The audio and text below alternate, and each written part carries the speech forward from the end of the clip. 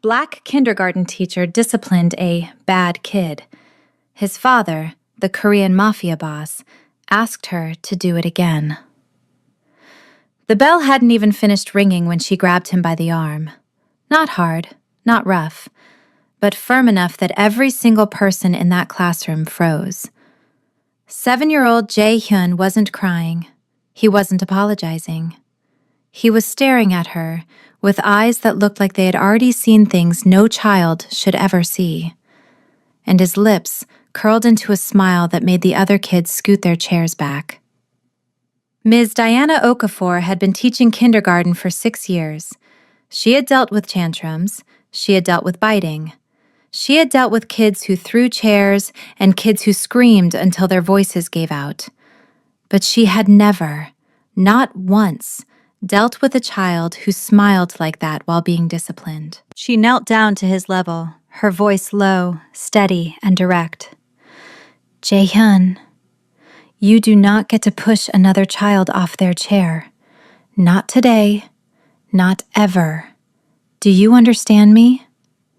He tilted his head. That smile didn't leave. My daddy says I can do whatever I want. The room went silent. And somewhere across the city, in a penthouse that overlooked the skyline like a throne overlooking a kingdom, a man in a black suit set down his phone and said to no one in particular, "So, she actually did it." His name was Choi Seo-gun, and he was not just any father. Before we go any further, if this story is already pulling you in, hit that hype button right below the like button. It's the small arrow. One click. That's how you tell the algorithm you want more stories like this, and that's how this community keeps growing. Now, back to the story. Choi Seo-gun had not become the head of one of Korea's most ruthless criminal organizations by accident. He had built it, brick by brick, blood by blood. From the docks of Busan to the streets of Seoul, his name carried weight that made grown men lower their voices and businessmen cross the street. But here, in this city, in this life, he was trying to be something else. He was trying to be a father. It wasn't working. Jae-hyun was 7. He had his mother's face, soft, round, almost angelic when he was asleep. But when he was awake, when he was watching, there was something behind those eyes that didn't belong to a child, something inherited, something learned. Seo-gun had hired tutors. He had hired child psychologists. He had moved them to a quieter part of the city, enrolled Jae-hyun in a public school specifically because he wanted him around normal kids, normal teachers, normal life. He wanted his son to grow up in a world that didn't know his last name meant anything dangerous. But Jae-hyun was not cooperating. The boy had been through 3 schools in 2 years. The first school called it behavioral issues. The second school called it disruptive and potentially dangerous. The third school, this one, the kindergarten where Ms. Diana Okafor taught, was the last option before the district started talking about alternative placements. Seo-gun's assistant, a sharp-eyed man named Yoon, had briefed him on the situation that morning. The teacher disciplined him again today, sir, firmly, in front of the class. Seo-gun didn't react the way Yoon expected. He didn't get angry. He didn't threaten. He didn't make a call. He leaned back in his chair and asked one question. Did it work? Yoon hesitated. I'm not sure yet, sir. We're monitoring. Good. Keep watching. Diana Okafor had not planned on becoming a teacher. She had planned on becoming a lawyer. She had the grades, the scholarships, the drive. But somewhere during her second year of college, something shifted. A volunteer trip to a community center in a neighborhood not far from where she grew up. She saw kids there who reminded her of herself at that age. Hungry, angry, convinced the world had already decided what they were worth. She changed her major that same semester. Now, at 32, She ran her kindergarten classroom like a small, organized country. Every student had a role. Every rule was posted on the wall in bright letters. Every child knew exactly where the boundaries were, and exactly what happened when those boundaries were crossed. She was not a soft teacher. She was not the kind of teacher who let things slide because it was easier than confronting a problem. She believed, deeply, stubbornly, that children needed structure. That love without discipline wasn't love. It was just comfort. And Jae-hyun had tested every single one of her boundaries. The first week, he had thrown a crayon at another student's head. Diana had caught him, sat him down, and made him apologize. Genuinely, not the mumbled kind. He had done it. Slowly, reluctantly, but he had done it. The second week, he had taken another child's lunch and eaten it in front of them, watching their face the entire time. Not because he was hungry, because he wanted to see what it felt like to make someone powerless. Diana had seen that look before. Not in a 7-year-old, in adults. In men who had learned, somewhere along the way, that control was the only thing that mattered. She had called the parent number on file. It went to voicemail, a generic recording, no name. She had left a message. No one called back. She had sent an email through the school's system. It bounced. She had asked the school administrator for an emergency parent-teacher conference. The administrator had looked uncomfortable and said, "The family has a complicated situation. Just do your best." Diana didn't like that answer, but she kept doing her job. The day Jae-hyun pushed the other child, a quiet boy named Marcus, off his chair, Diana didn't hesitate. She walked over. She grabbed Taehyun's arm, not roughly, but with intention. She knelt down. She looked him in the eyes and told him, clearly and without flinching, that what he had done was wrong, that it would not happen again, that he would apologize to Marcus, and that he would sit in the reading corner for the rest of the afternoon with no toys, no tablet, nothing but time to think about what he had done. Chaehyun stared at her. That smile, that unsettling, too knowing smile. "My daddy says I can do whatever I want." Diana did not blink. "Your daddy is not here. I am. And in my classroom, nobody does whatever they want. Not you, not anyone. Now, go apologize to Marcus." The smile flickered, just for a second. Something in his eyes shifted. Not defiance, but something closer to surprise, like someone had spoken to him in a language he hadn't heard before. He walked over to Marcus. He apologized. It was quiet. It was small. But it was real. Diana watched him sit in the reading corner. She watched him sit there for the entire afternoon, silent, his eyes moving around the room like he was studying everything, calculating, but sitting. That was the moment everything changed, though she didn't know it yet. Seo-gun received the report at 4:47 p.m. Yoon had placed a discreet camera in the hallway outside the classroom, not inside. Seo-gun had been very specific about that. He didn't want to invade the teacher's space. He just wanted to see what happened when his son walked in and out of that room. The footage showed Jae-hyun walking out of the classroom at the end of the day. No tantrum, no tears, no theatrics. He walked quietly, his backpack over one shoulder, and he looked smaller somehow. Not broken, just quieter. Seo-gun watched it 3 times. Then he picked up the phone and called Yoon. "I want to meet her." "The teacher, sir?" "Yes, but not at the school, not officially. Arrange something. Casual. I want to see what she's like outside of that classroom." Yoon paused. "Sir, if she finds out who you are..." "She won't.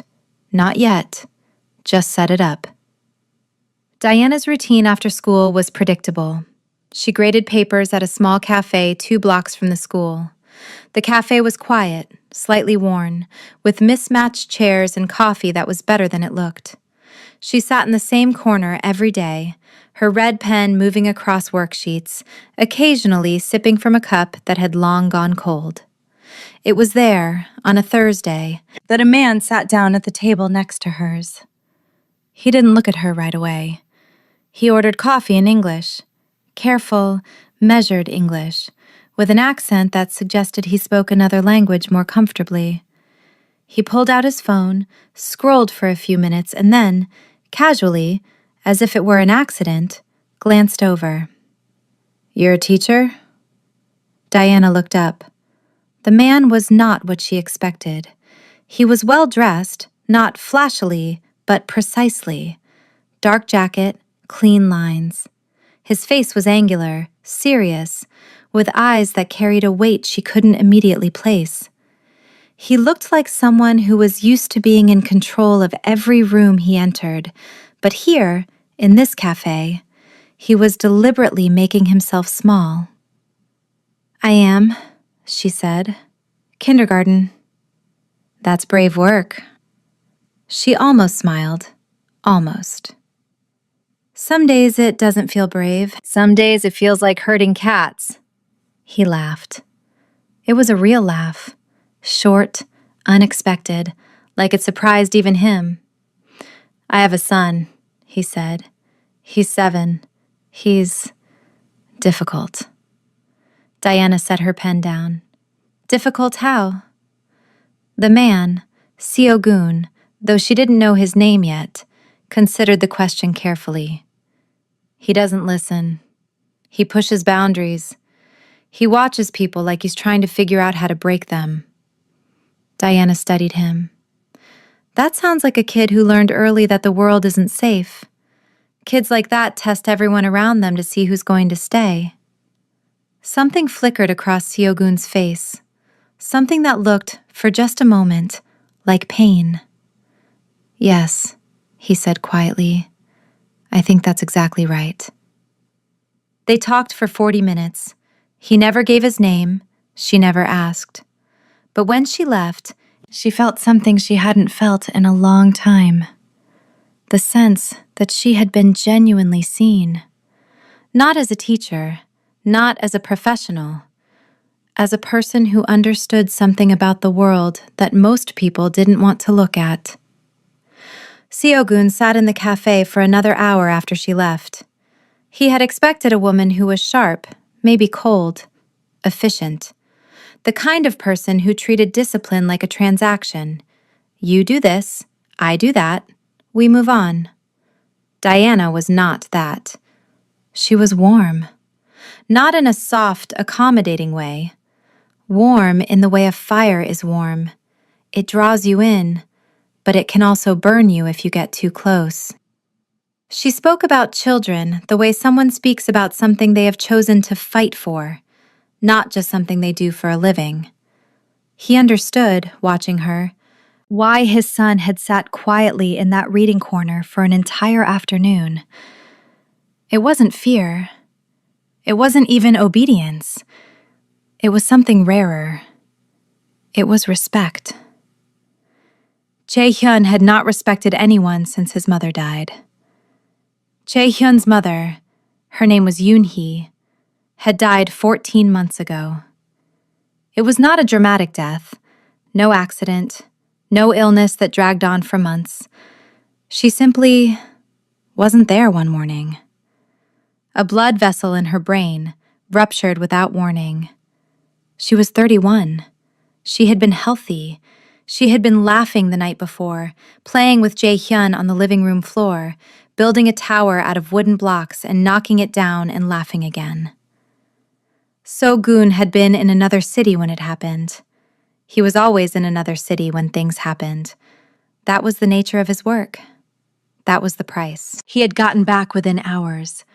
But Jae-hyun had already spent an entire morning alone with his mother's body, not understanding why she wouldn't wake up, shaking her shoulders, calling her name in a voice that grew louder and louder, until the neighbors heard and called someone. When So-gun arrived, Jae-hyun didn't cry. He didn't run to his father. He stood in the corner of the room, perfectly still, and looked at So-gun with an expression that no 7-year-old should be capable of producing. It was betrayal. Not because So-gun had done anything wrong, because he hadn't been there. Because the one person who had always been there, who had always made the world feel safe, was gone. And So-gun, with all his power, all his reach, all his ability to make anything happen in this world, could not bring her back. That was the moment Jae-hyun decided that the world was not safe. And if the world was not safe, then there was no reason to be careful, no reason to be kind, no reason to play by rules that didn't protect the people who mattered. So-gun knew this. He understood it the way only someone who had lost everything once before could understand it. He had been Jae-hyun once, young, broken, furious at a world that took without asking. The difference was, So-gun had channeled that fury into something dark, something powerful, something that gave him control over the chaos. He did not want that for his son. 2 weeks after the cafe encounter, So-gun made his move. He didn't contact Diana directly. He didn't call the school. Instead, he had Yoon arrange for an anonymous donation to the school. Not large enough to draw attention, but enough to fund a new reading corner and a set of new supplies for the kindergarten classroom. The donation came with one small note delivered to the principal's office. For the classroom that is doing the hardest work. Diana received the supplies on a Monday morning. She read the note, turned it over in her hands, and looked at the principal with a raised eyebrow. "Anonymous donor," the principal said, shrugging. "Happens sometimes. Just use the supplies." Diana looked at the note again. Something about the phrasing, something about the timing. She tucked it into her pocket and didn't say anything, but she thought about it. All day, she thought about it. Meanwhile, Jae-hyun was changing. It was subtle at first. He stopped pushing other kids, not dramatically, not with a sudden transformation. He just stopped. Like someone had flipped a switch inside him, and the impulse that had been driving him for months had been quietly, firmly turned off. He still watched. He still studied the other children with those calculating eyes, but the malice was fading, slowly, replaced by something that looked more like curiosity. Diana noticed. She tracked it carefully, the way she tracked all her students. She adjusted her approach, still firm, still direct, but she began giving Jae-hyun small responsibilities, handing out papers, choosing the book for story time. Small things that said, "I trust you, not because you've earned it, but because I believe you can." Jae-hyun responded to that in ways he hadn't responded to anything else. One afternoon, after the other children had gone home, he approached Diana's desk. She was packing up, and he stood there for a moment, silent, before speaking. "Miss Diana?" "Yes?" "The boy I pushed, Marcus." He paused. "I'm sorry. For real this time." Diana looked at him. His face was open, no smile, no calculation, just a kid who was trying very hard to say something true. "I know you are," she said, "and I know it wasn't easy to say that." He nodded, then he turned and walked out. Diana stood there for a long moment after he left, her chest tight with something she couldn't quite name. So-gun was watching from outside the school, not inside, never inside, but from a black car parked across the street with tinted windows. Yoon was driving. The camera footage from the hallway had shown enough, but Seo-gun wanted to see this himself. He watched Jae-hyun walk out of the school building, watched the way his son carried himself, still guarded, still watchful, but with something softer underneath, like a layer of armor had been removed, and the skin beneath it was tender and new. He watched Diana follow a minute later, locking the classroom door behind her, and he watched the way his son glanced back at the building once, before climbing into the car that Yoon's associate was driving. Sogun said nothing for several minutes. Then, set up another meeting, the cafe again, but this time, I want to talk to her properly. Sir, what do you mean properly? I mean, I want to tell her who I am. Yoon turned to look at him. In all the years he had worked for Chae Seo-gun, he had never heard him suggest revealing his identity to someone outside the organization voluntarily. Not like this. Not to a kindergarten teacher. Are you sure, sir? Seo-gun didn't answer immediately. He was watching the street, watching the last traces of daylight hit the school building, and his expression was something Yoon had rarely seen on his face. It was hope. Yes, Seo-gun said. I'm sure. The second meeting happened on a Saturday. Diana almost didn't go. She had received a text from an unknown number, just an address and a time. No name, no explanation.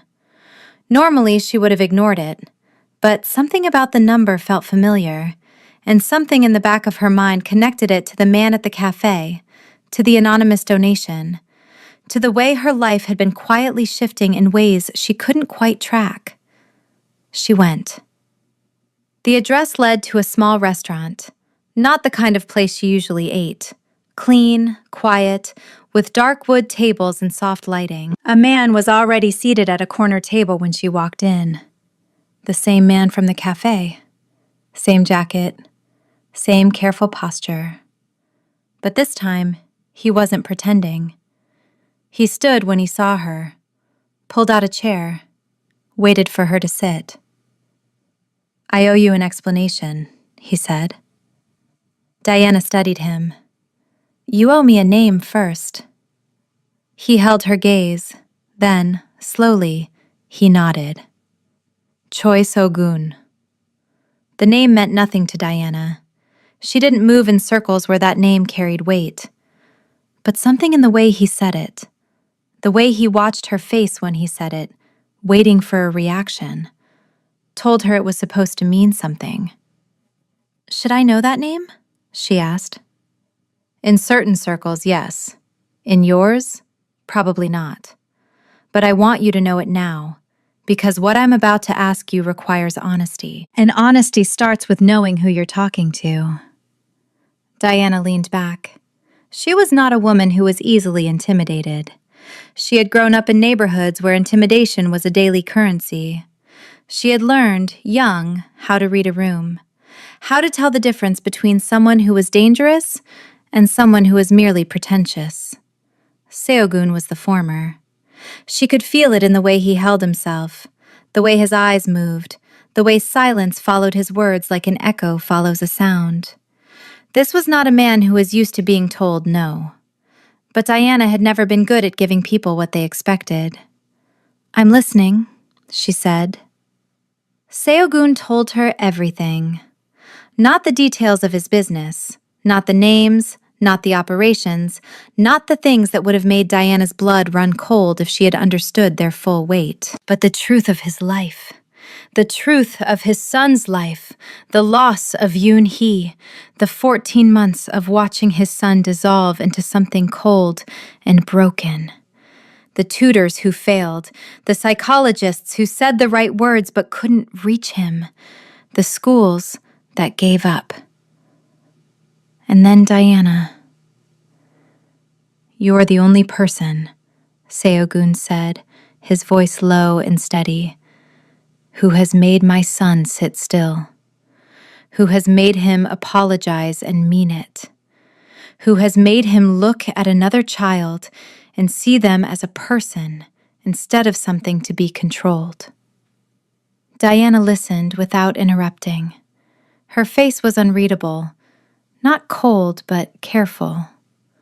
She was processing everything he said, weighing it, turning it over.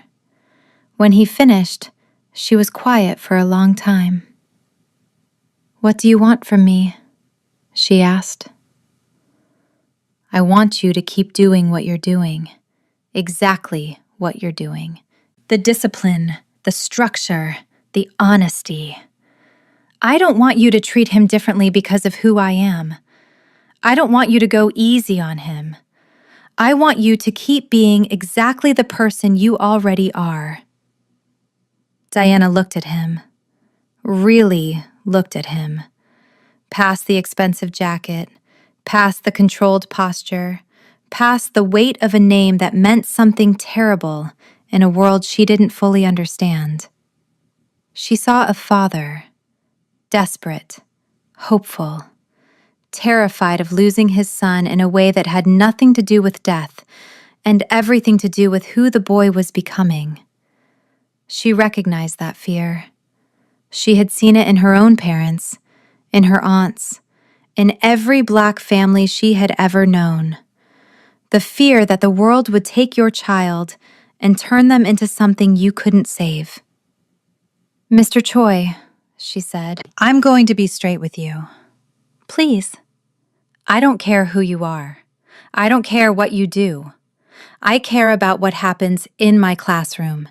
And in my classroom, your son is just another child who needs to learn how to be a person.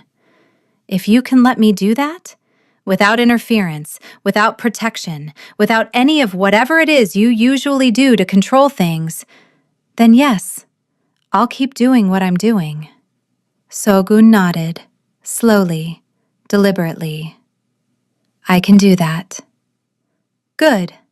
Then we have an understanding." She stood, paused, then turned back to him. "One more thing. The anonymous donation. That was you." It wasn't a question. Sogun didn't deny it. "It was thoughtful," she said. "But next time, put your name on it. I don't like not knowing who I'm dealing with." She left. Sogun sat at the table for a long time after, his coffee growing cold, staring at the empty chair across from him. Yoon, waiting by the door, leaned in. "Sir?" "She's extraordinary," Seogun said quietly. "Sir, she knows who you are now. This could be—" "I know what it could be. I don't care." The weeks that followed were the quietest of Jae-hyun's life since his mother died. He went to school every day. He sat in Diana's classroom.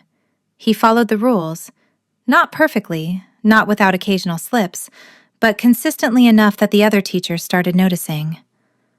The boy who had terrorized 2 previous classrooms was becoming something else, something quieter, something almost gentle. Diana watched this transformation with the kind of careful attention she gave to every student who was struggling. She didn't celebrate it prematurely. She knew how fragile these shifts could be, how a single bad day, a single moment of pain, could undo weeks of progress. So she kept going, kept being firm, kept being present, kept making Jae-hyun feel like he was seen, not as a problem to be solved, but as a person who was worth believing in. And in the background, invisible and silent, Sogun watched. He watched through Yoon's reports, through the occasional footage from the hallway camera, through the small, careful updates that Diana began sending home, not to the phone number on file, but to a new one that Sogun had provided through a mutual contact at the school. Short messages. "Jae-hyun had a good day today. He helped another student with their coloring." Or, "Jae-hyun struggled this morning. Something upset him before school. We're working through it." Sogun read every single one. But the calm didn't last. It never does. The break came on a Tuesday in late October, when Jae-hyun arrived at school with bruises on his knuckles. Diana noticed immediately. She didn't make a scene. She simply, quietly, asked him to stay after class. When the other children had filed out, she sat down across from him and pointed to his hands. "Talk to me." Jae-hyun looked at his knuckles. He flexed his fingers, studying the bruises like they belonged to someone else. "I hit someone," he said. "Who?" He hesitated. Then, "One of my dad's men. He said something about my mom." Diana's stomach dropped. Not because of the violence. She had dealt with violence before, in children and in adults. Because of what it meant. Because it meant that Jae-hyun was still living inside a world where his father's men were present, where his mother's memory was something people commented on, where the boundaries between his home life and his school life were not as clean as they should have been. "What did he say?" Diana asked. Jae-hyun's jaw tightened. He said she was weak, that she died because she was weak. Diana reached across the table and took his hands, gently, carefully, holding them in hers. She looked at the bruises, and she looked at his face, and she felt something fierce and protective rise up in her chest. "Listen to me," she said. "Your mother was not weak. Do you hear me? A woman who raises a child alone, who builds a life, who laughs and plays and loves, that is not weakness. That is the strongest thing a person can do."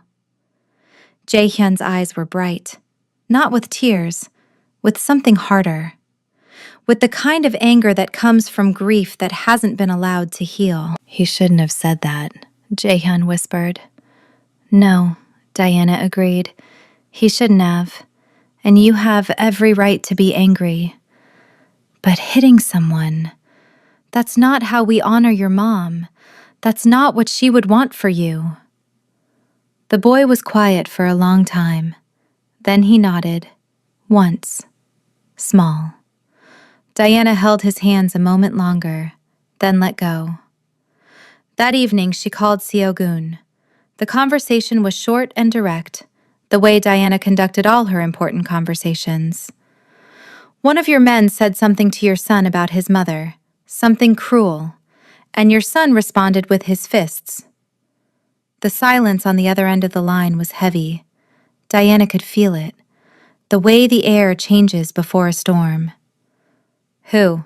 Seo-gun's voice was flat, controlled, but underneath the control there was something dangerous. "I don't know, and I don't care who it was. What I care about is this. Your son is healing. Slowly, but he is healing. And the people around him need to understand that healing is fragile. If someone in your world keeps poking at the wound, everything we've built in that classroom is going to fall apart." Another silence. "I understand," Seo-gun said. "Good. Handle it." She hung up. Seo-gun handled it. The man who had spoken to Jae-hyun, a mid-level associate named Park, who had been with the organization for 3 years, was called into Seo-gun's office the next morning. The conversation lasted 4 minutes. Park walked out with a different color in his face and a very clear understanding of what would happen if he ever spoke about Yoon-hee or about Jae-hyun again, to anyone. Seo-gun didn't raise his voice. He didn't need to. The people who worked for him knew that the quieter he got, the more dangerous he became. And today, he was very quiet. But the incident with Park opened something up in Seo-gun that he had been trying to keep sealed. He began to think about Diana differently, not just as the woman who was helping his son, not just as the teacher who had done what no one else could, but as someone who had looked at his life, at the chaos and the darkness and the violence that surrounded him, and had not flinched, had not run, had simply, calmly, told him what needed to be done and expected him to do it. No one had spoken to him like that in years, not since Yoon-hee. He began to find reasons to be near her, not intrusive. Seo-gun was too careful for that, and too aware of the boundaries Diana had set, but he started appearing at the cafe where she graded papers. He started leaving small things, Not gifts, exactly. A book left on a table with a note that said, "This reminded me of something you said." A coffee ordered for her before she arrived, paid for anonymously, but with a sticky note that said, "For the hardest work." Diana noticed every single one. She didn't say anything at first. She just let the evidence accumulate, the way a detective lets clues build before making an accusation. Then one afternoon, she found him sitting at her usual table, waiting. "You're not very subtle," she said, sitting down across from him. Seogun almost smiled. "I didn't think I was being subtle." "Then what are you being?"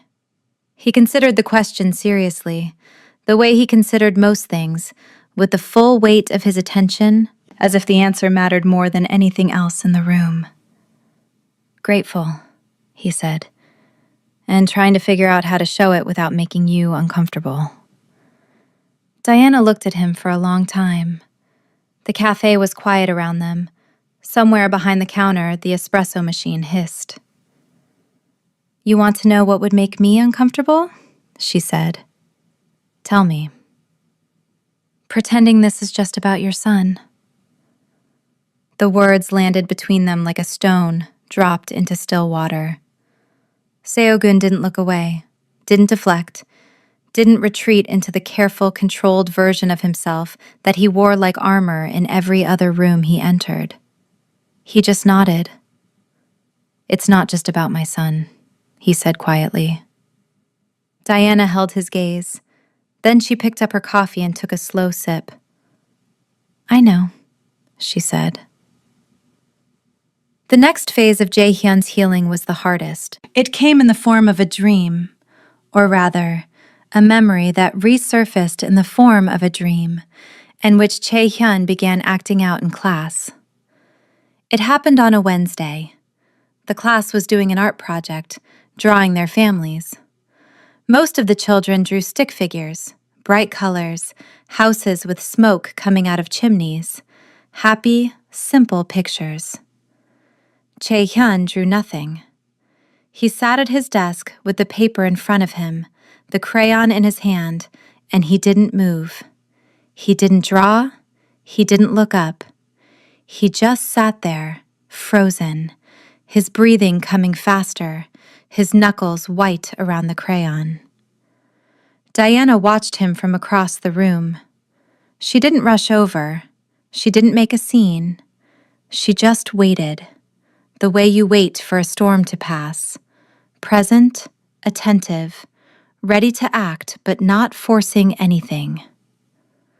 After 10 minutes, Chae-hyun's hand began to shake. Diana moved then, quietly. She sat down next to him, not saying anything, just being there. Her presence, solid and calm, like an anchor in a rough sea. After another minute, Jae-hyun spoke. His voice was barely a whisper. "I can't draw her." Diana didn't need to ask who he meant. "You don't have to draw her," she said gently. "You can draw whatever you want, or nothing at all. This is your paper." "But everyone else is drawing their family. Everyone else has a different family than you do, and that's okay. Your family is yours. You get to decide how to show it, or if you show it at all." Jae-hyun was quiet for a long time. Then, slowly, he began to draw. Not a stick figure, not a house. He drew a single flower, just one, with a long stem and petals that he colored in yellow, carefully, one stroke at a time. Diana watched him draw it, and she felt her heart crack open in a way that surprised her. This was not a child who was broken. This was a child who was reaching for something to hold on to and finding it, one small piece at a time. When the flower was finished, Jae-hyun looked at it. Then he looked at Diana. "That's for her," he said. Diana nodded. "It's beautiful, Jae-hyun. She would love it." He carefully cut it out with scissors and folded it into his backpack. Diana told Seogun about the flower that evening. They were at the restaurant, the same one where she had first learned his name. It had become their place, without either of them explicitly saying so. Diana didn't love labels or declarations. She preferred the quiet accumulation of shared moments. Seo-gun listened to the story without interrupting. When Diana finished, he was silent for a long time. His hands wrapped around a glass of water, his eyes fixed on some point beyond the table. "He drew it for Yoon-hee," Seo-gun said. "Yes." "He never talks about her. Not to me, not to anyone." "He's not ready to talk about her yet. But he's not shutting her out anymore. That flower, that's him letting her back in. It's a good sign." Seo-gun nodded slowly. Then he looked up at Diana, and for the first time, she saw something in his face that was not guarded, not controlled, not calculated. It was raw, vulnerable. The face of a man who had spent years building walls around himself and was watching them come down one by one, pulled apart by a woman and a 7-year-old boy who refused to let him disappear behind them. "How do you do this?" he asked. "How do you see all of this pain, and not break?" Diana held his gaze steadily. "Because I see what's underneath the pain, and what's underneath is still alive, still reaching. That's what I hold on to." The relationship between Diana and Seo-gun deepened in the way that relationships between two guarded people deepen. Slowly, carefully, with constant checks and recalibrations. Seo-gun was not a man who had been in a relationship built on trust. His life had been built on the opposite, on suspicion, on leverage, on knowing more than the person across the table. Romance for him was not a concept he had ever fully explored. Yoon-hee had been an exception, a woman he had loved with a fierceness that terrified him, and losing her had confirmed every belief he had about the danger of letting someone in. Diana was dismantling those beliefs one conversation at a time. She didn't ask him to change. She didn't ask him to leave his life behind or become someone he wasn't. She simply demanded honesty. Every time they met, she asked direct questions and expected direct answers. She didn't flinch when the answers were ugly. She didn't look at him with pity or fear. She looked at him the way she looked at every child in her classroom, with the steady, unflinching belief that they were capable of being better than their worst moments. And Seo-gun, for the first time in his adult life, believed it too. But the world Seo-gun lived in did not care about his personal evolution. The threat came in early November, not from a rival organization, but from within his own. A man named Cho Dae-sik, one of Seo-gun's oldest associates, someone who had been with him since the early days, had begun to question Seo-gun's leadership. Not publicly, not openly, but in the quiet, poisonous way that dissent spreads in organizations built on fear, through whispered conversations, through subtle redirections of loyalty, through the slow erosion of trust. Dae-sik's complaint was simple. Seo-gun was distracted. He was spending time on things that didn't serve the organization. He was becoming soft. The word soft in Seo-gun's world was not a criticism. It was a death sentence. Yoon brought the intelligence to Seo-gun on a Friday evening, just before he was scheduled to meet Diana. "Dae-sik is moving," Yoon said. "Not against you directly, not yet, but he's consolidating support. 3 of the district leaders have met with him privately in the last 2 weeks. Seo-gun absorbed this without visible reaction. He had expected something like this. Not from Dae-sik specifically, but from someone. The life he led generated challengers the way a flame generated heat. It was inevitable. "Does Diana know?" Seo-gun asked. "No, sir, and I'd recommend keeping it that way." Seo-gun considered this. Then he shook his head. No, I told her I would be honest. I'm going to tell her. Yoon's eyebrows rose. In his experience, men like Seo-gun compartmentalized, kept the different parts of their lives sealed from each other like rooms in a house with locked doors. The idea of voluntarily opening one of those doors was, in Yoon's world, unthinkable.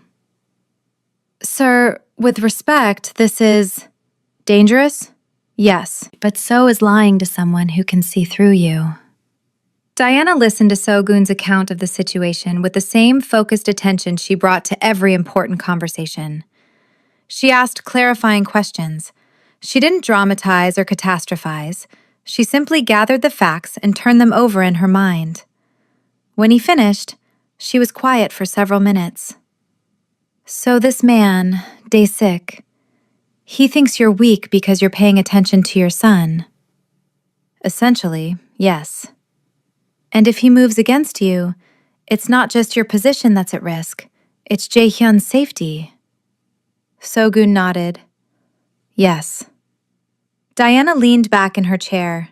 She looked at him, really looked at him, the way she sometimes did when she was trying to see past the surface of a person to whatever was underneath. Then you handle it, she said, the way you handle everything in that world. You do what needs to be done. And if what needs to be done takes me away from this? He gestured between them, the table, the restaurant, the quiet space they had built together. Then it takes you away. Temporarily. But Seo-gun. She leaned forward. Her eyes were direct, unwavering. Don't you dare use this situation as an excuse to disappear. Not from your son, and not from me. You hear me?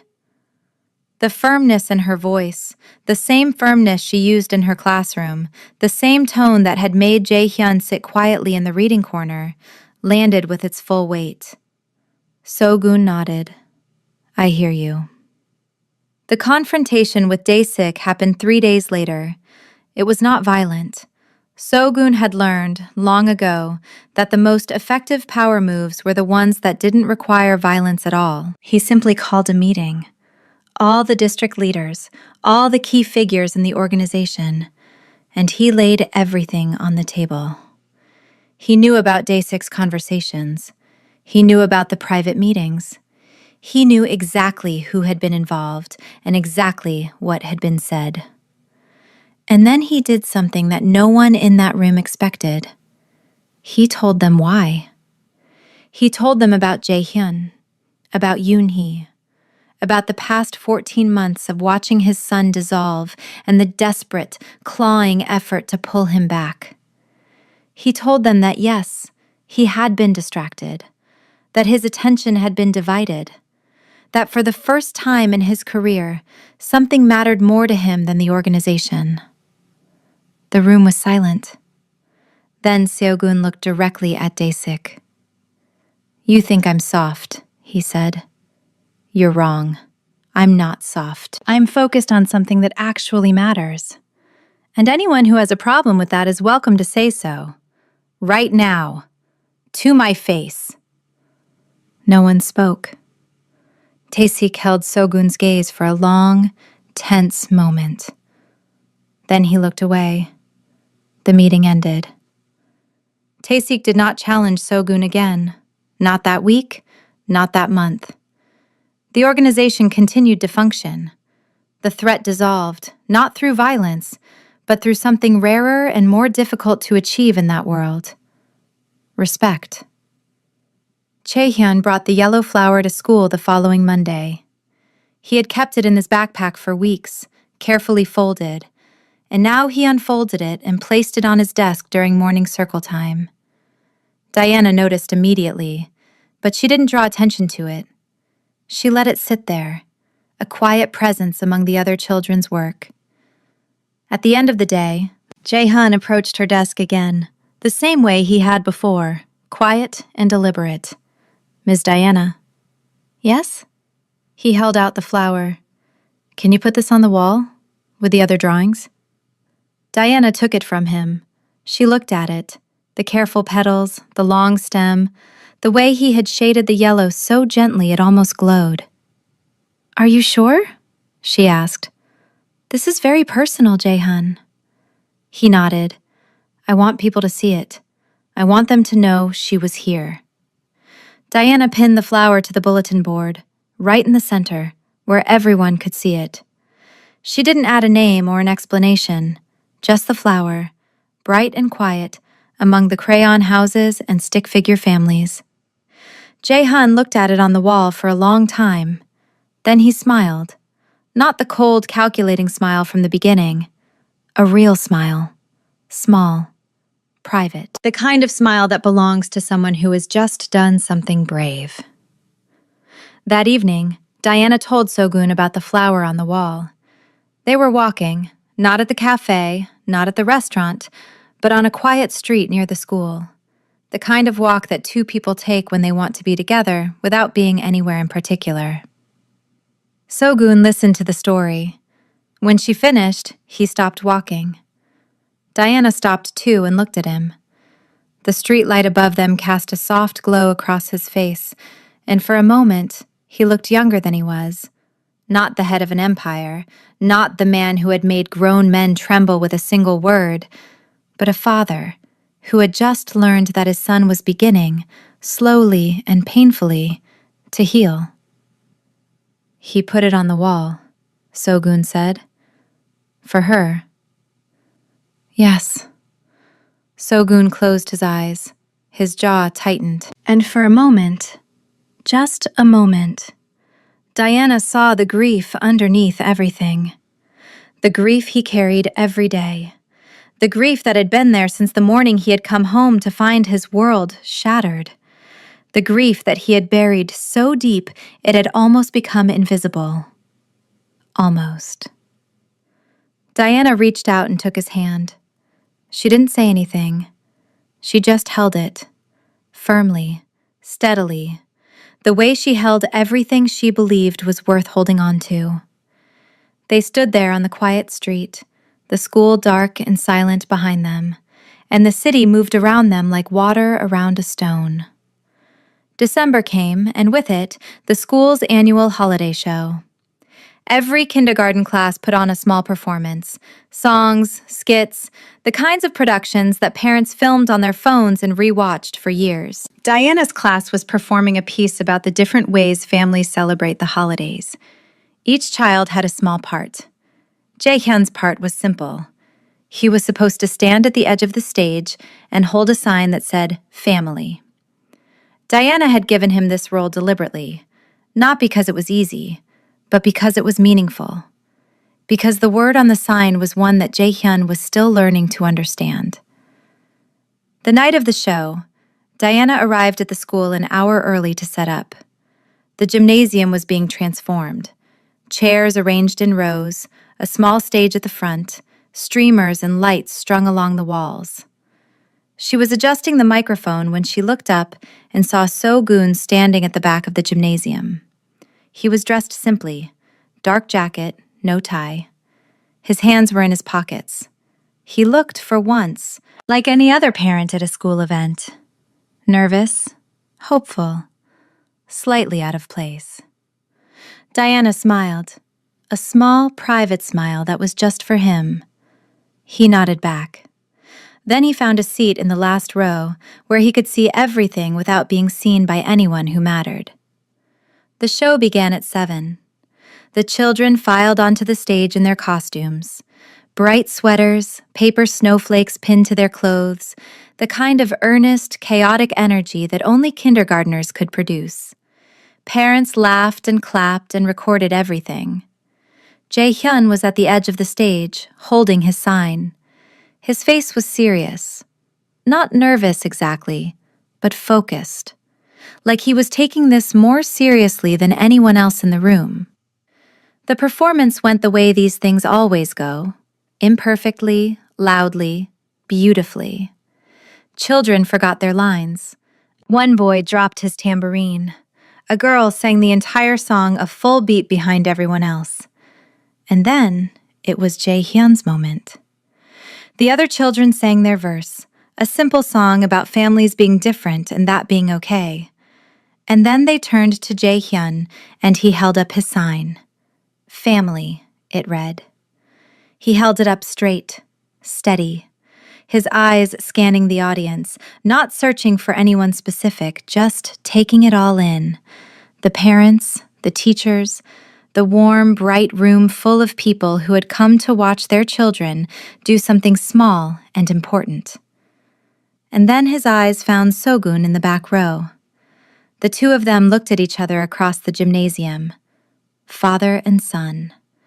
A man who had built an empire on fear, and a boy who was learning, for the first time, that the world could be something other than a battlefield. Jae-hyun didn't smile. He just held the sign up a little higher, and Sogun, in the back row where no one was watching, pressed his hand against his mouth and closed his eyes. After the show, Diana found Sogun outside in the parking lot. The night air was cold and his breath came out in small white clouds. He did well, Sogun said. He did more than well. He was brave. Sogun looked at her. The gymnasium was emptying behind them. Families filing out, children running ahead of their parents, the ordinary magic of a school night dissolving into the ordinary chaos of bedtime. Diana. Yes? He hesitated. It was the first time she had ever seen him hesitate. Truly hesitate. Not the careful pauses he used as a negotiation tactic, but a genuine moment of uncertainty. Thank you, he said. For him, for what you've given him back. Diana studied his face in the parking lot light. She saw everything there. The gratitude, the grief, the something else that had been building between them for months. Quiet and patient and real. You want to know what I think? She said. Always. I think you've been thanking me for weeks. And I think what you actually want to say is something different. Seogun looked at her for a long moment. Then, for the first time since she had known him, he let the last wall down.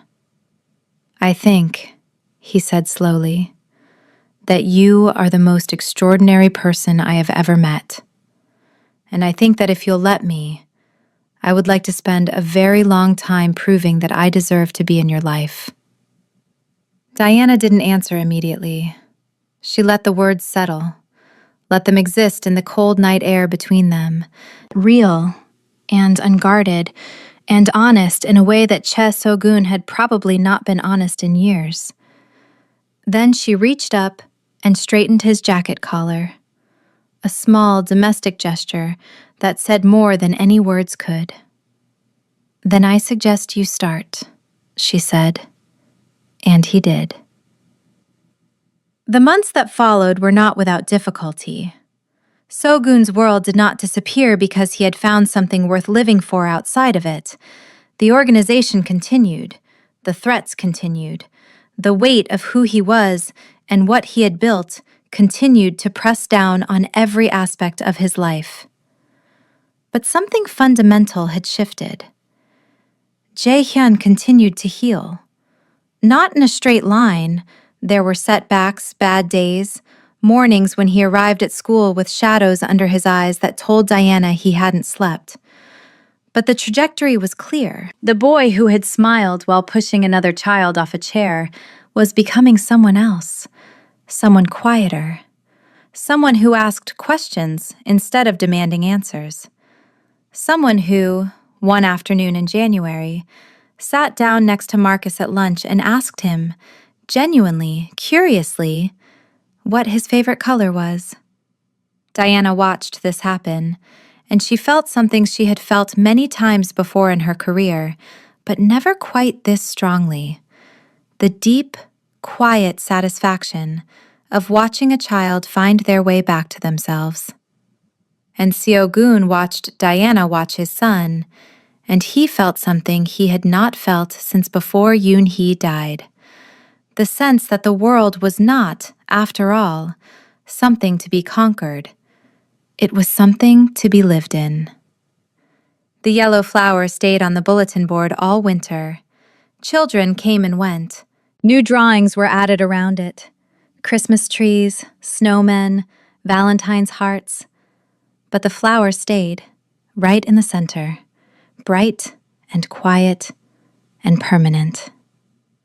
One morning in February, Diana arrived at school to find a new drawing pinned next to the flower. It was crude, clearly done by a young hand, with wobbly lines and colors that bled outside the borders. But it was unmistakable. 2 figures, one tall, one small, standing next to each other, and between them, a single yellow flower. Diana looked at it for a long time. Then she looked across the classroom, where Jae-hyun was unpacking his backpack, his face calm and open in the morning light. He caught her eye, nodded once, and smiled. That evening, Diana sat at her usual table in the cafe, her red pen in her hand, her papers spread out in front of her. The cafe was quiet. The coffee was warm.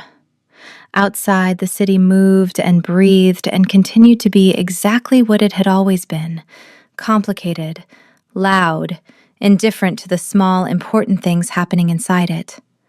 Her phone buzzed, a text from Sogun. He drew something today. 2 people and a flower. Did you see it? Diana smiled. She typed back, I saw it. A pause, then. He's happy, Diana. For the first time since she died, he's actually happy. She looked at the phone for a moment. Then she typed, he's not the only one. She set the phone down and picked up her pen. Around her, the cafe hummed its quiet, ordinary hum. The espresso machine hissed. Someone laughed at a table near the door.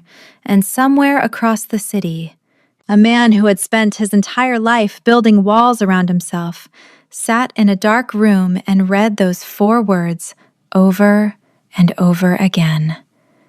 He's not the only one.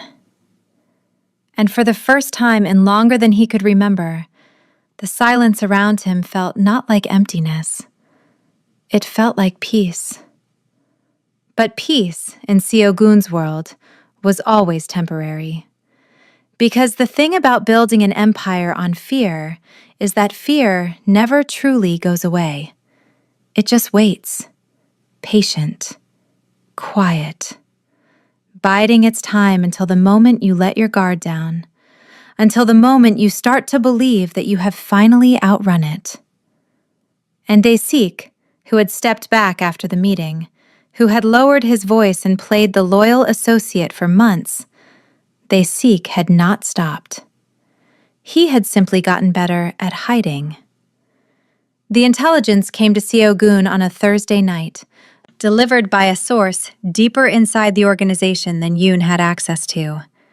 A single piece of information, precise and devastating. Dae-sik knew about Diana. Not just that she existed, not just that Seo-gun was involved with her. Dae-sik knew where she taught. He knew her name. He knew about Jae-hyun's progress in her classroom, and he was planning to use it. Seo-gun read the intelligence twice.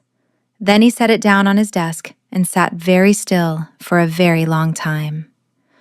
The threat was not to Diana directly. Dae-sik was not stupid enough to move against the woman Seo-gun cared about, not openly, not in a way that would provoke an immediate and devastating response. The threat was subtler than that. The threat was information. The threat was exposure. If the right people learned that the head of the organization was spending his time and his attention on a kindergarten teacher and her classroom, the narrative would be clear. Seo-gun had gone soft. Seo-gun had lost his edge. And in that world, that narrative was a weapon more dangerous than any blade. Seo-gun picked up his phone and called Diana. "We need to talk," he said. They met at the restaurant, their place, the dark wood tables and the soft lighting that had become a sanctuary for conversations that mattered. Diana listened to everything. She did not interrupt. She did not react with fear or anger. She listened the way she always listened, with full attention, with the kind of steady calm that came from years of dealing with situations that frightened other people. When Sogun finished, she was quiet for a long time. "So this man is going to use me to undermine you," she said. "Yes. And the best way to stop that is to remove the vulnerability, which means—" He stopped. The words caught in his throat in a way that words never caught for Chae Seogun. "Which means cutting the connection between us, publicly, convincingly." Diana looked at him. "You want to pretend we don't know each other.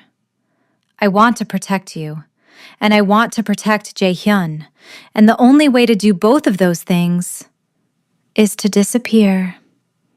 The word hung in the air between them. Seogun didn't deny it. Diana leaned back in her chair.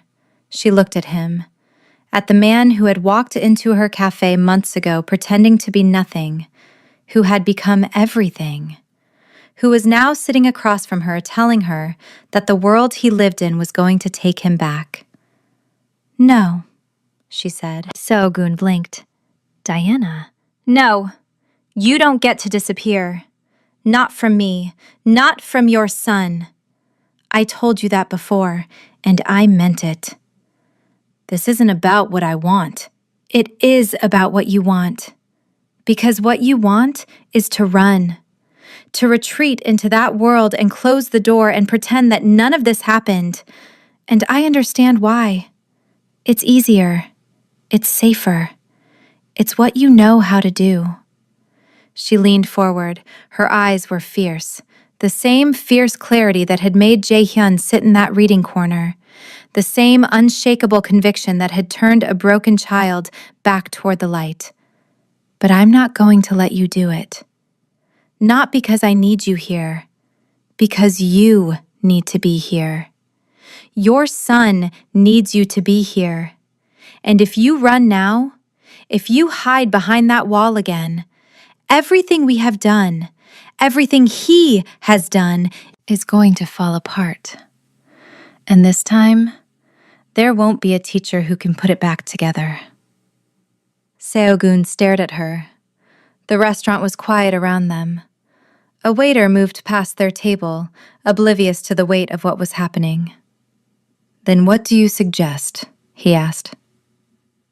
Diana was quiet for a moment. Then she said, "Don't hide. Don't pretend. Do the opposite. Let them see." "See what?" "Everything. Let them see that you have something worth protecting. Let them see that you are not weak because you love your son and you care about the people in his life. Let them see that the man who built this empire is capable of something more than fear." She paused, then she added, "And let them decide if they want to be part of that or not." The meeting Seogun called the following week was not like the one before. This time, he did not play defense. He did not address rumors or counter allegations. He stood in front of the people who ran his organization, and he told them the truth. Not the version of the truth he had carefully curated, but the real truth. All of it. He told them about Diana, about what she had done for Jae-hyun, about the relationship between them. He told them that his son was healing, that his life was changing, and that he had no intention of going back to the man he had been before. And then he looked at Dae-sik. "You have information about the people I care about," Sogun said.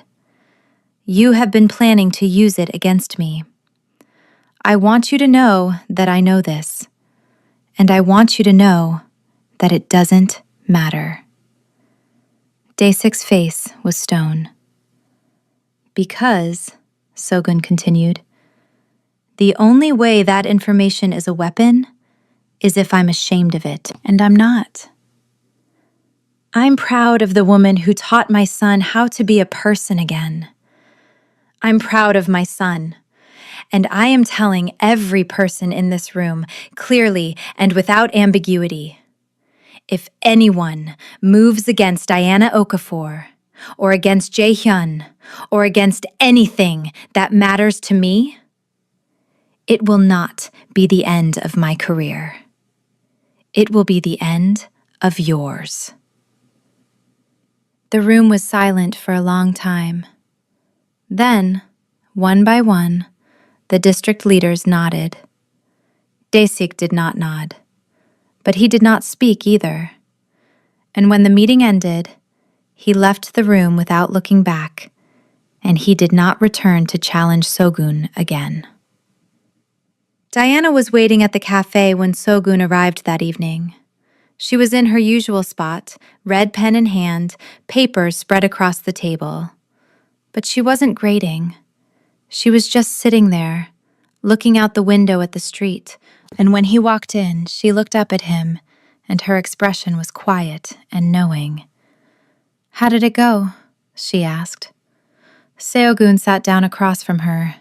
He was tired, the kind of tired that comes from doing something difficult and important, not the kind that comes from exhaustion.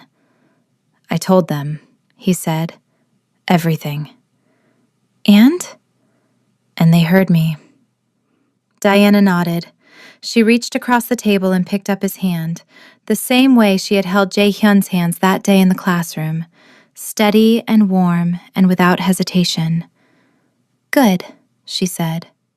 They sat like that for a while, hand in hand, the cafe quiet around them, the city continuing its endless, indifferent motion outside the window. Then Diana said, "He brought another drawing today." "What did he draw?" "A house, with 3 people in it." Seogun looked at her. He didn't need to ask what it meant. He could see it in her face. The quiet, fierce joy of someone who had just watched something impossible become real. 3 people, he repeated. 3 people, Diana confirmed. And the yellow flower in the garden. Jae-hyun never knew how close the world had come to swallowing him whole. He never knew about Daesik, or the threat, or the meeting where his father had stood in a room full of dangerous men and chosen, for the first time in his life, to be vulnerable instead of powerful. All he knew was this, that on the wall of his classroom, a yellow flower stayed pinned in the center of the bulletin board, bright and quiet and permanent. That next to it hung a drawing of 2 people and a flower, and then a drawing of a house with 3 people in it and a garden. That every morning, when he walked into Miss Diana's classroom, the room felt safe. Not because there was nothing dangerous in the world outside of it, but because inside those walls, someone believed in him enough to show him what safety actually looked like. And that was enough. For now, it was enough. Spring came to the city the way it always did. Slowly, then all at once. The trees along the school street bloomed white and pink, and the children in Diana's classroom pressed their faces against the window and pointed and laughed at the petals falling like confetti. Jae-hyun stood at the window with the rest of them. He watched the petals fall, and his face was open and bright in the morning light. And Diana, watching him from her desk, felt something settle inside her chest. Something that felt like certainty. This child was going to be okay. 6:57. The spring settled into the city like a slow exhale. But Diana had learned, in 6 years of teaching and 32 years of living, that the quietest seasons were often the ones where the deepest things happened. Not the loud, dramatic moments that everyone remembered, the small ones.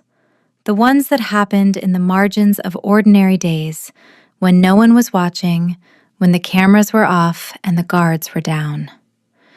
It was during one of those small moments that everything shifted again. It was a Friday afternoon.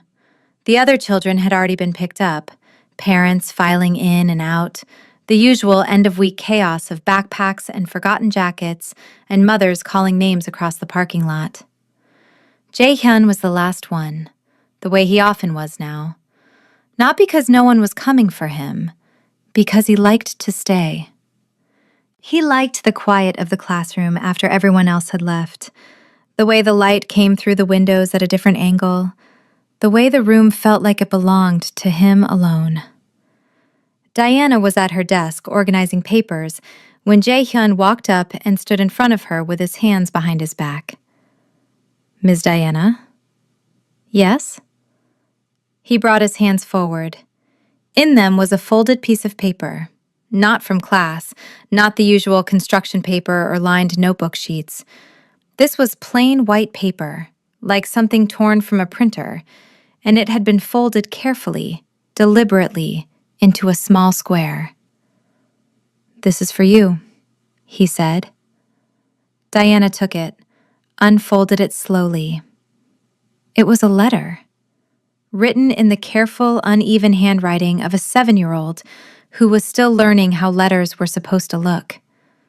Some of the words were spelled wrong. Some of the sentences didn't quite connect the way adult sentences did, but the meaning was clear. "Dear Ms. Diana, you are the best teacher I ever had.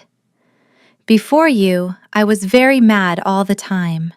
I didn't know why. Now I think I know why. Because no one told me it was okay to be sad. You told me. Thank you. My dad says you are special. I think he is right. I hope you stay here forever. Love, Jae-hyun." Diana read it twice.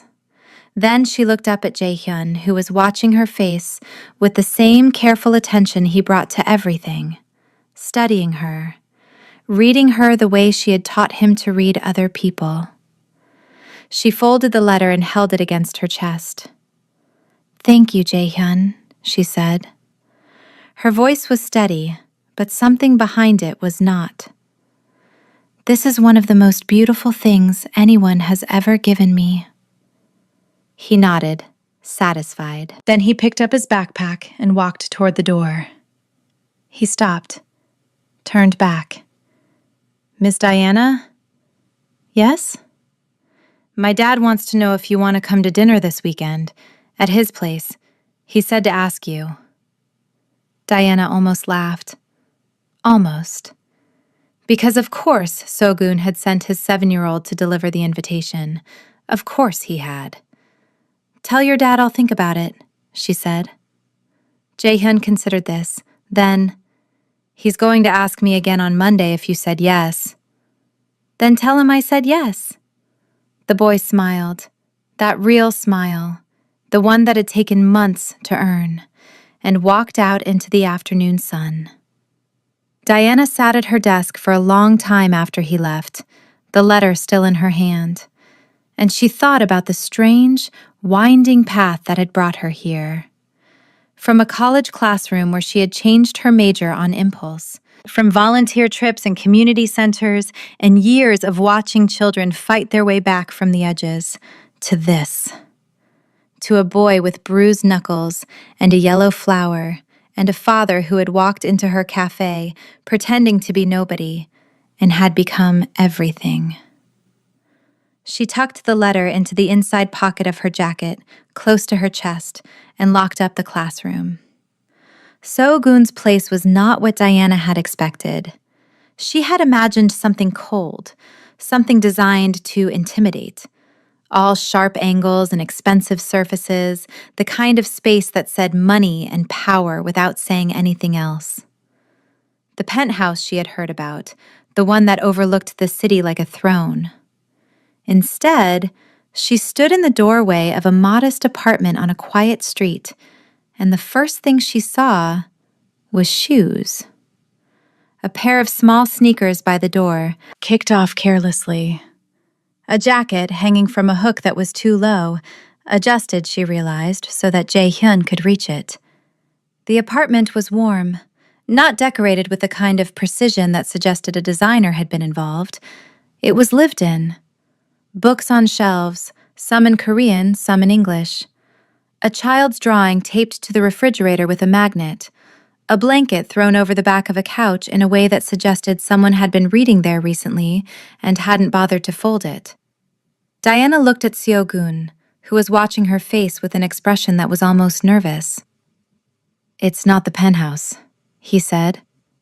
"I know. I moved out of there 6 months after Yoon-hee died. It felt..." He paused, searching for the word. "Wrong. To live somewhere that big when the person who made it feel full was gone." Diana nodded. She understood that. She understood it the way someone understands a truth they have felt in their own bones but have never heard spoken aloud. "It's perfect," she said, and she meant it. Dinner was simple. Seo-gun had cooked, not elaborately but well. Rice, a Korean stew that filled the apartment with a smell so rich and warm that Diana felt something unclench in her chest that she hadn't realized was tight. Jae-hyun sat at the table between them, eating with the focused intensity that children bring to food they enjoy. He chattered, not the way he had chattered in the early weeks at school, when his words were weapons, but the way normal children chatter. About school, about a video he had watched, about a dream he'd had the night before where he had flown over the city and could see everything from above. Diana listened and responded and laughed at the right moments. And under the table, her foot brushed against Seo-gun's, and neither of them moved away. After dinner, Jae-hyun disappeared into his room to play, a small bedroom that Diana glimpsed through the open door, covered in the organized chaos of a child's life. Drawings on the walls, a pile of books, a stuffed animal that looked well-loved and slightly lopsided. Diana and Seo-gun sat on the couch with tea, the apartment quiet around them, and the conversation drifted from the surface to the depths the way it always did between them, gradually, naturally, like water finding its level. "He wrote me a letter today," Diana said. Seo-gun looked at her. "What did it say?" She told him, not the exact words, those were private, between her and Jae-hyun, but the meaning, the gratitude, the understanding, the small, extraordinary breakthrough of a child who had learned that being sad was not the same as being broken. Seo-gun listened. When she finished, he was quiet for a moment. Then he said, "He's never written anything like that before, to anyone." "I know." "You did that." Diana shook her head. "We did that. You and me and him. All of us."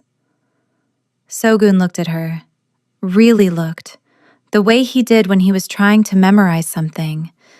Then he set down his tea and turned toward her, and the space between them on the couch closed, and the kiss, when it happened, was not the kind of kiss that starts things. It was the kind that confirms them, the kind that says, yes, this, here, now. Diana leaned into it, into him, and for a moment, the world outside, the organization, the threats, the weight of everything Choi So-gun carried, all of it fell away.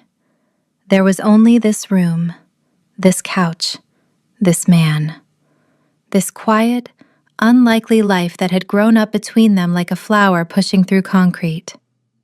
But the world did not stay away for long. It came back in the form of a phone call, 3 days after the dinner, at 2:17 in the morning. Diana's phone rang. She was asleep, deeply, dreamlessly asleep, the kind of sleep that comes after weeks of finally feeling safe. She fumbled for the phone, squinting at the screen. So-gun's name. "Hello?" Her voice was rough with sleep. "Diana." His voice was not rough. It was flat. The kind of flat that she had learned over months of knowing him meant something was very wrong. "What happened?"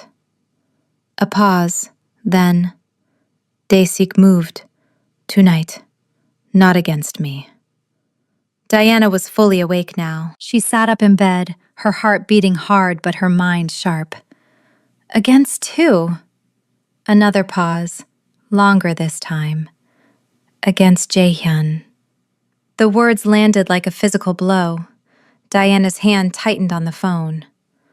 What do you mean, against Jae-hyun? Where is he? Where is my… She stopped herself, caught the possessive before it fully formed.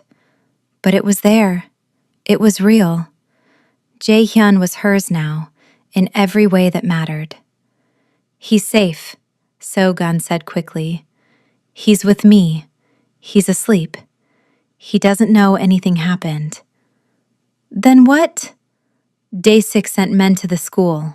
Tonight, after hours. They didn't touch anything. They didn't break anything.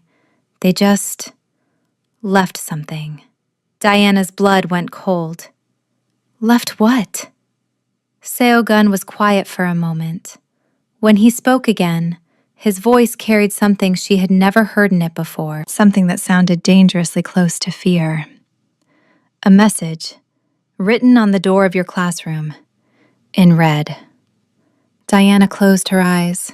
She breathed in and out. The way she breathed when a child was having a meltdown and she needed to stay calm so they could too. What did it say? The teacher can't protect him forever. The silence that followed was absolute. Then Diana opened her eyes, and when she spoke, her voice was exactly the way it sounded in her classroom. Steady, direct, unafraid. Okay, she said. Here's what's going to happen. Diana arrived at the school at 5:30 a.m., before dawn, before any other teacher, before the custodian had even unlocked the front doors. She had a key, she always carried one, had for years, and she let herself into the building and walked down the hallway to her classroom. The message was there, written in bright red marker, not paint, not blood, just marker, on the door. The words were large and deliberate, clearly meant to be seen, clearly meant to frighten. Diana looked at them for a long time. Then she pulled a cloth from her bag, dampened it with water from the bathroom sink down the hall, and wiped the door clean. It took 3 passes. The marker was stubborn, leaving faint pink traces that she scrubbed away until the door was bare and unmarked. When she was done, she stood back and looked at the clean door. Then she unlocked her classroom, walked inside, and turned on the lights. The yellow flower was still on the bulletin board. The drawings were still there, the house with 3 people, the garden, all of it. The room was exactly as she had left it the day before. Warm, safe, a place where children came to learn and grow and become themselves. Diana sat down at her desk and pulled out her phone. She called Seo-gun. It's clean, she said. The door is clean, and I need you to listen to me very carefully. I'm listening. Dae-sik did this because he thinks it will scare me. He thinks if I'm frightened enough, I'll pull back. I'll stop teaching Jae-hyun. I'll disappear from this situation. And then your son will be alone again, and you'll be back to square one. Diana, I'm not finished. I am not going anywhere.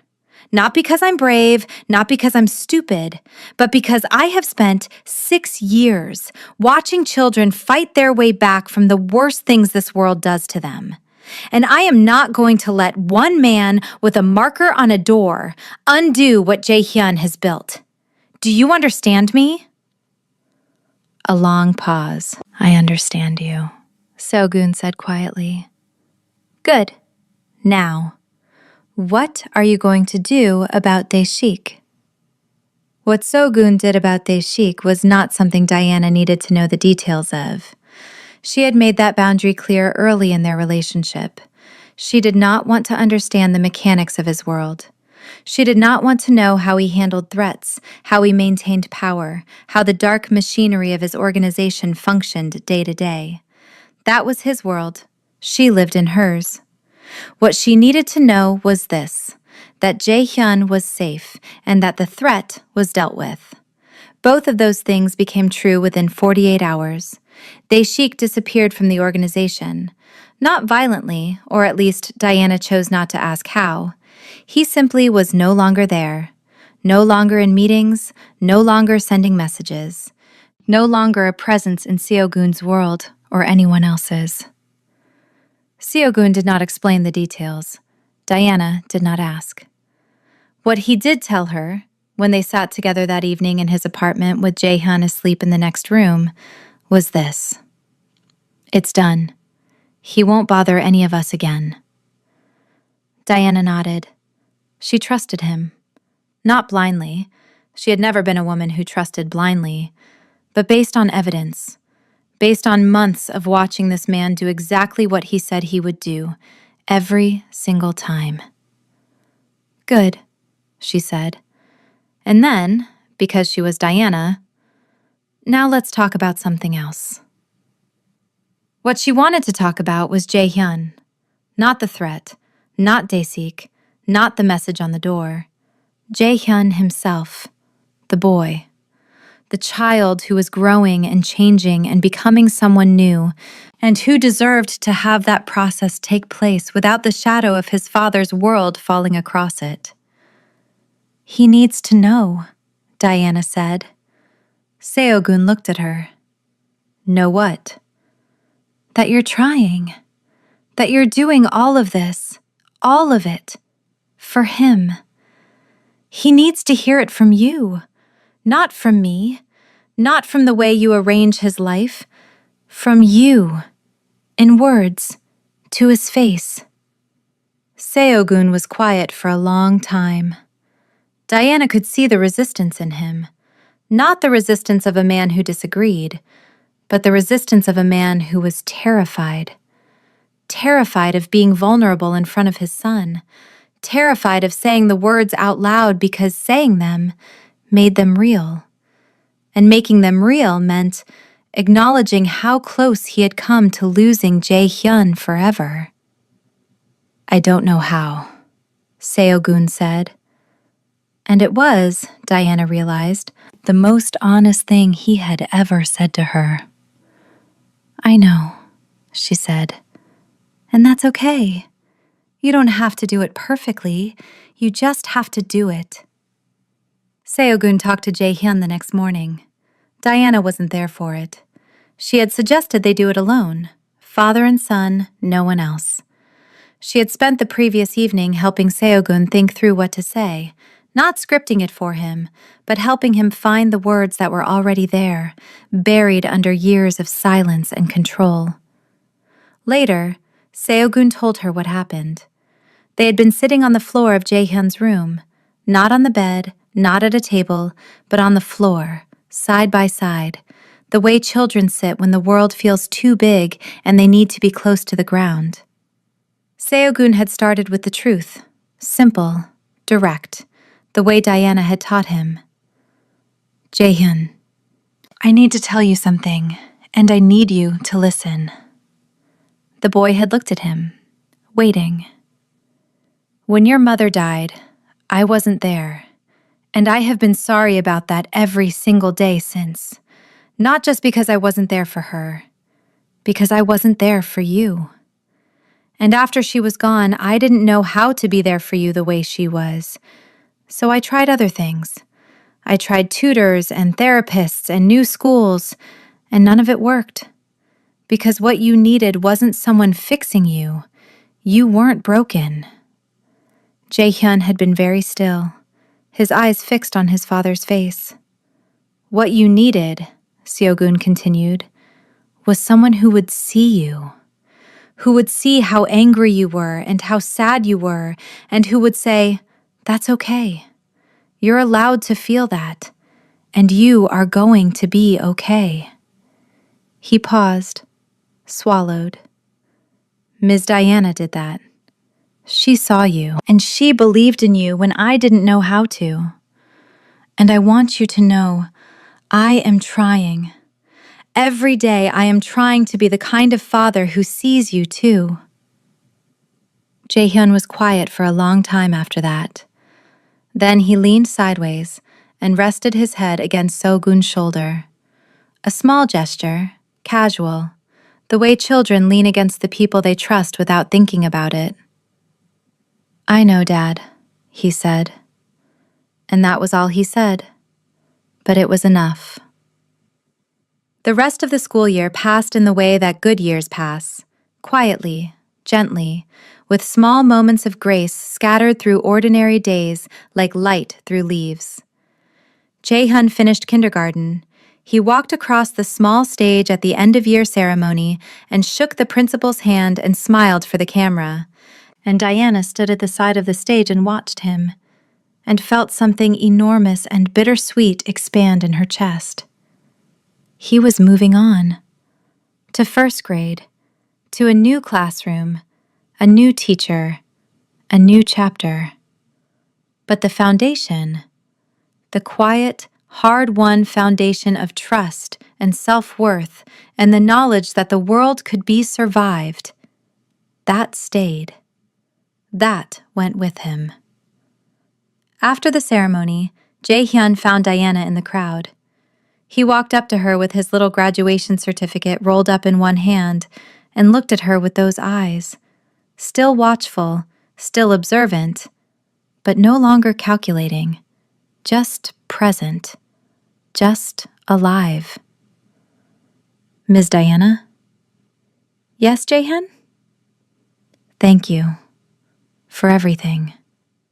Diana knelt down to his level, the same way she had on that very first day when she had grabbed his arm and told him he could not push another child off their chair. She looked at him, and she saw the boy he had been, and the boy he was becoming, and the man he might someday grow into, and she felt, with a certainty that was almost physical, that he was going to be okay. "You're welcome," she said. "But Jae-hyun, I want you to know something." "What?"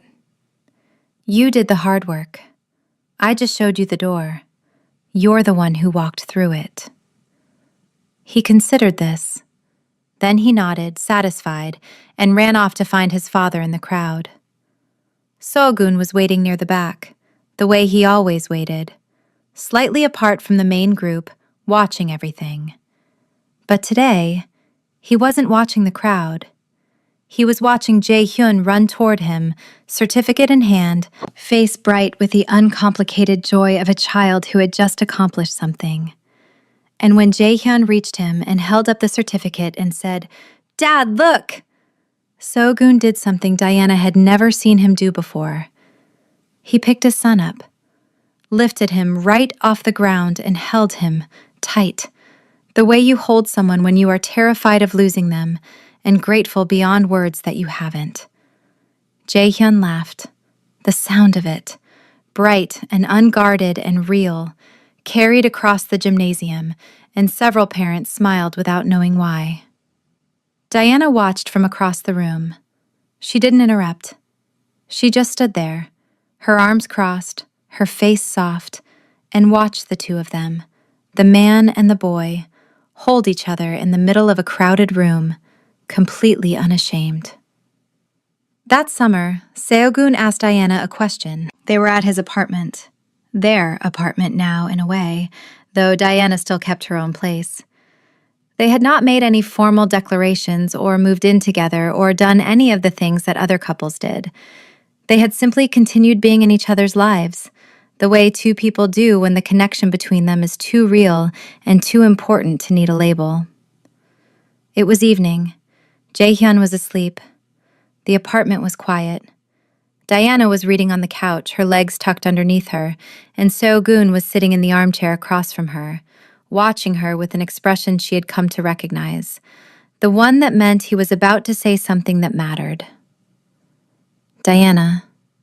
She looked up, set her book down. "I want to ask you something." "Okay." He leaned forward. His hands were clasped between his knees, a posture she had never seen him take before. It made him look younger, uncertain. "I want Jae-hyun to know you as a permanent part of his life. Not just his teacher, not just someone I see, someone who is there, who stays." Diana studied him. She understood what he was asking, and she understood the weight behind it. For a man like So-gun, this was not a casual request. This was him handing over something precious and fragile and saying, "I trust you with this. I trust you with everything." "Are you asking me to be part of this family?" she said, simply, directly. So-gun held her gaze. "Yes." Diana was quiet for a moment, not because she was uncertain, because she wanted to give the answer the weight it deserved. "Then yes," she said, "I'll stay." Jae-hyun took the news with the same quiet thoughtfulness he brought to everything important. He sat on his bed, his legs crossed, his face serious, and listened while Seo-gun explained, carefully, gently, what this meant. That Diana was going to be around more, that she was going to be a part of their family, that this didn't replace his mother, and it never would, but that there was room in his heart, room in their life, for someone new to love. Jae-hyun listened to all of it. Then he looked at his father with an expression that was, somehow, both ancient and very young. "Is this why you've been happier?" he asked. Seo-gun blinked. "What do you mean?" "You've been happier, for a while now, I noticed." He paused. "Is it because of her?" Seo-gun looked at his son, at this perceptive, extraordinary child who had been watching the adults around him his entire life, reading their faces, measuring their emotions with an accuracy that most grown-ups couldn't match. "Yes," Seo-gun said, "it's because of her, and because of you." Jae-hyun nodded, as if this confirmed something he had already suspected. "Good," he said. And then, with the kind of finality that only a 7-year-old could deliver, "She's really good at making people feel better. I think that's important." The yellow flower stayed on the bulletin board until the end of the school year, when Diana carefully unpinned it and brought it home. She didn't throw it away. She didn't put it in a frame or place it somewhere precious. She pinned it to the refrigerator in Seo-gun's apartment, right next to Jae-hyun's other drawings, where it sat among the chaos of magnets and grocery lists and school schedules. One morning, Jae-hyun noticed it there. He stood in front of the refrigerator, looking at the flower, and Diana watched him from across the kitchen. "That's the one I drew," he said, not a question. "Yes, I brought it home." He looked at it for a long time. Then he turned to Diana with an expression that was half surprise, half something deeper. The dawning understanding that someone had valued something he made enough to keep it. Not in a classroom, not on a bulletin board, but here, in his home, where it could be seen every day. "Mom would have liked it here," he said quietly. Diana walked over and stood beside him. She didn't put her arm around him. She had learned, over months of knowing this child, that physical affection was something he offered on his own terms, not something that could be imposed. She just stood there, next to him, looking at the flower on the refrigerator. "I think she would have," Diana agreed. They stood like that for a moment. Then Jae-hyun turned and went to get his backpack for school, and Diana stood alone in the kitchen, looking at the yellow flower, and she felt, with a quiet, steady certainty, that she was exactly where she was supposed to be. So-gun never fully left his world. Diana had never expected him to, and she had never asked him to. The organization continued to operate. The demands on his time, his attention, his presence continued. There were nights when he didn't come home until late, and mornings when he left before dawn, and days when Diana could see the weight of everything he carried pressing down on his shoulders like something physical. But the difference, the real, fundamental difference, was that he always came back. Not just to the apartment, to the life, to Diana and Jae-hyun and the quiet, ordinary mornings and the dinners at the kitchen table and the evenings on the couch where Jae-hyun read between them, and the three of them existed in a silence that was not empty, but full. He came back because he had chosen it, chosen them, chosen to be something other than what his world had made him. And Diana, who had spent her entire career teaching children that they were more than the worst thing that had ever happened to them, watched him make that choice every single day. And she understood, finally, that the lesson she taught in her classroom was not just for children. It was for everyone. The story of Chae So-gun and Diana Okafor and the boy with the yellow flower did not end cleanly. It did not end the way stories end in movies, with a single moment of resolution, a final kiss, a fade to black. It continued, the way real lives continue, with complications and setbacks and small victories and large uncertainties, with mornings that were hard and evenings that were easy, and days in between that were simply, beautifully ordinary. Jae-hyun started first grade. He was not a perfect student. He was still quiet, still watchful, still carrying the weight of what he had lost. But he was present. He was engaged. He raised his hand in class sometimes, and when he did, his answers surprised his new teacher with their depth and their honesty. Diana continued to teach kindergarten. She continued to be the kind of teacher who did not let children disappear into their pain, who showed up every single day with the same steady, fierce belief that every child in her classroom was worth fighting for. New students arrived. New challenges presented themselves. New yellow flowers appeared on bulletin boards drawn by children who were learning, in their own way, that it was okay to be sad, that it was okay to miss someone, that it was okay to keep going anyway. And Seo-gun, the man who had built an empire on fear and was slowly, carefully learning to build something else, continued to show up. At the kitchen table, at school events, at the cafe where it had all started, where he sometimes sat in the corner with a coffee and watched Diana grade papers and thought about how strange and unlikely and real this life had become.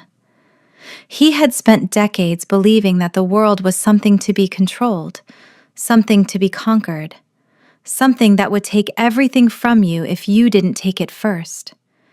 Diana had shown him, not through words, not through arguments, but through the quiet, daily practice of her life, that there was another way.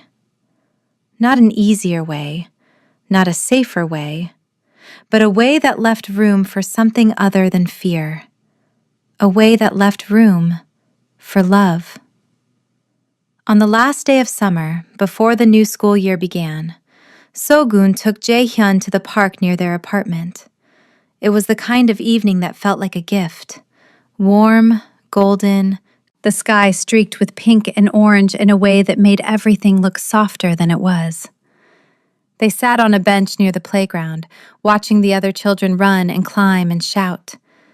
Jae-hyun was quiet, his legs swinging, his eyes tracking the movement around him with the same observant attention he had always had, but lighter now, curious instead of calculating.